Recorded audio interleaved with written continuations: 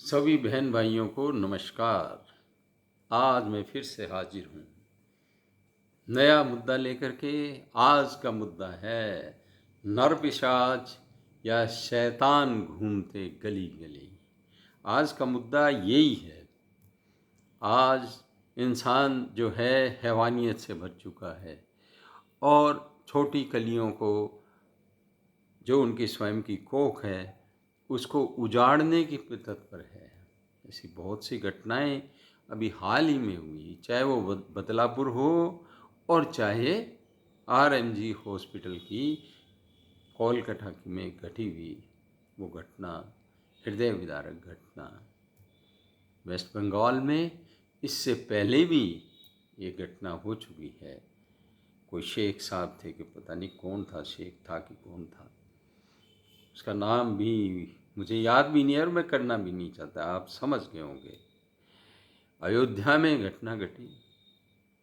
इन सबको नियंत्रित करने के लिए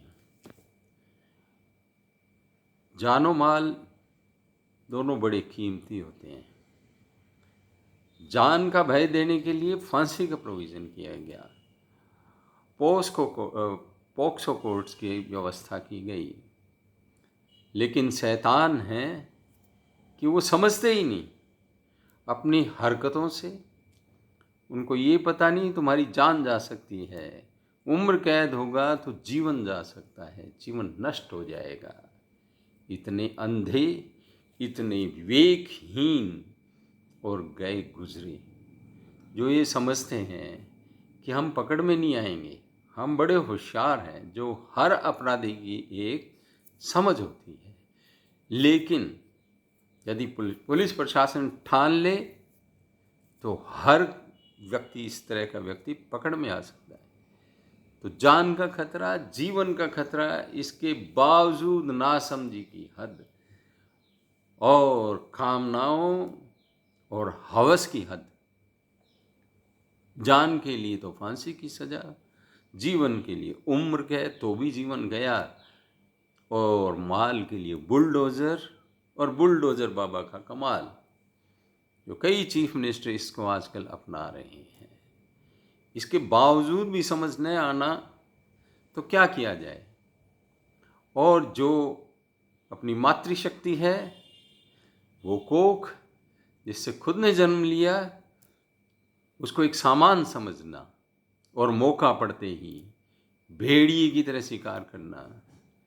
कभी ग्रुप में शिकार करना, कभी अकेले में शिकार करना। ग्रुप में शिकार करना और बड़ी बहादुरी की बात होना। अरे एक अबला के ऊपर मिलजुल करके गंदे भेड़िए, कुत्ते, क्या कहा जाए उन्हें, जो मिल के शिकार करते हैं और इतनी गंदी गंदी हरकत करते हैं, छोटी बच्चियों तक इनकी हवस की शिकार बनती हैं। क्या इन्हें सार्वजनिक फांसी दी जानी चाहिए या यहाँ भी कोड़े की ज़रूरत है? मुझे तो लगता है सजाएं बहुत ज़्यादा सख्त करने की ज़रूरत है। इस मामले में तो सऊदी अरब की जो व्यवस्था है वो ज़्यादा अच्छी है। मुस्लिम देशों में जो सजाएं दी जाती हैं, जिनको ये ज़्यादा पढ़े लिखे लोग, अंग्रेज़ लोग ये कहते हैं कि ये बहुत ज़्यादा अमानवीय है।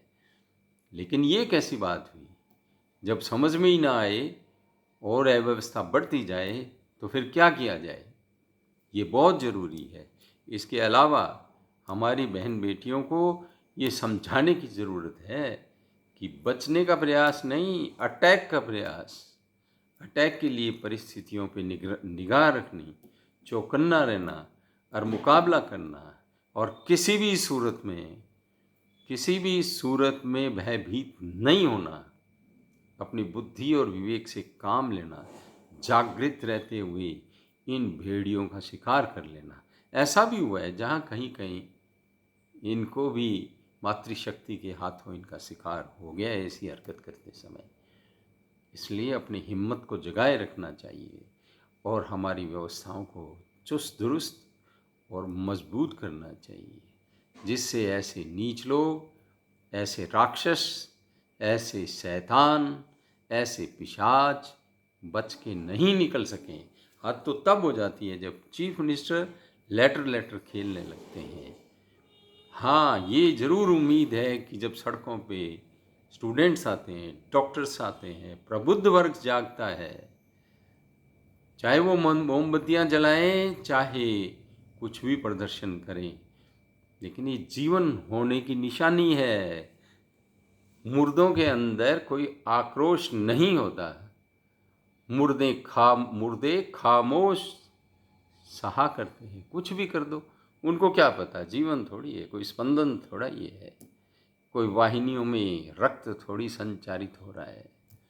तो ये जीवन की निशानी है। ऐसे हर मामलों में अपना एहतेजाज, अपनी नाराज़गी, अपना आक्रोश हमें प्रकट करते रहना चाहिए। सभी बहन भाइयों को बहुत बहुत धन्यवाद। पसंद आए सुनने के लिए धन्यवाद। दोबारा पसंद आए तो लाइक, शेयर एंड सब्सक्राइब करो और लोगों में जागृति फैलाएं, महिलाओं में भी जागृति फैलाएं कि भयभीत किसी भी स्थिति में नहीं, आक्रामक रहें, बुद्धि को सजग रखें, जो उपाय हो सकते हैं वो करें। पुनः धन्यवाद।